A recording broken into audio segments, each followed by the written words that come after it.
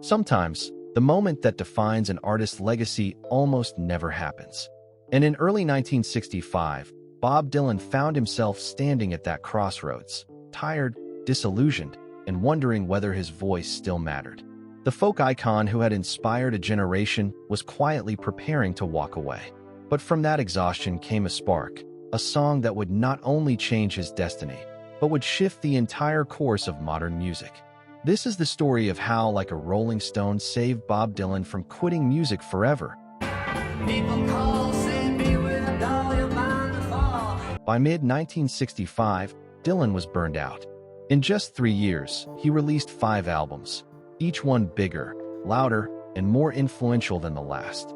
The freewheelin' Bob Dylan, the times they are a-changin', another side of Bob Dylan, records that made him the voice of a restless generation. Protest songs like Blowin' in the Wind and Masters of War turned him into a symbol he never asked to be. At just 24, Dylan felt trapped by expectations. The world wanted him to remain its poet of protest, its fearless spokesman of the 1960s.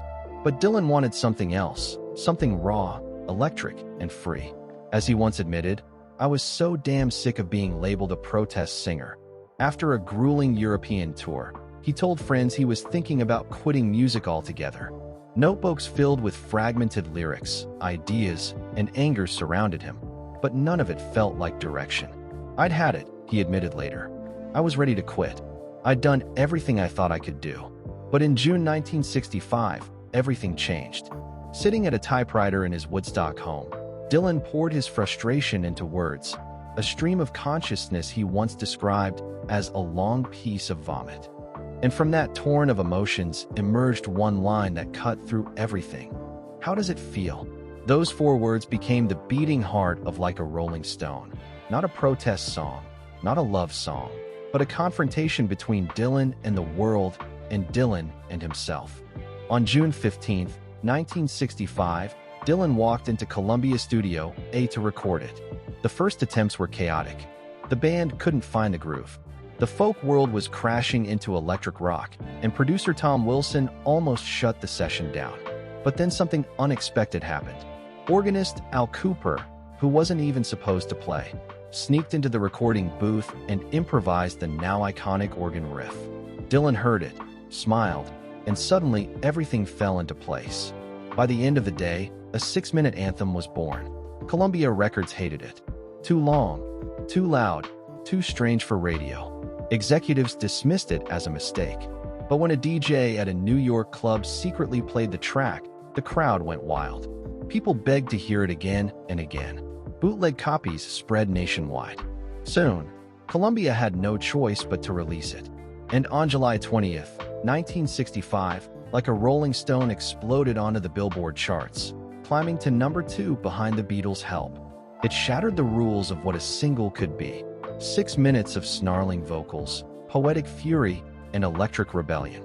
Critics didn't just call it a hit, they called it a revolution. Decades later, Rolling Stone magazine would name it the greatest song of all time. But success came at a cost. When Dylan performed the song electrically at the Newport Folk Festival just days later, longtime fans booed him. Some shouted Judas during his 1966 tour. But Dylan didn't flinch. He simply turned to his band and said, "Play it effing loud." That defiance became myth, marking the beginning of his legendary electric trilogy, Highway 61 Revisited, Blonde on Blonde, and Bringing It All Back Home. Each one pushed deeper into rock, surrealism, and artistic freedom. In the end, Like a Rolling Stone didn't just save Dylan's career, it liberated him. What began as exhaustion became transformation.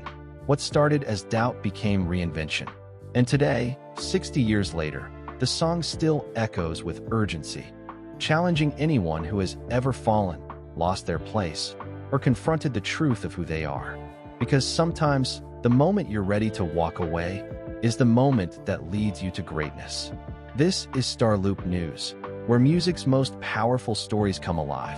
If you enjoyed this journey, hit that like button, subscribe, and turn on the notification bell so you never miss a story that changed music forever.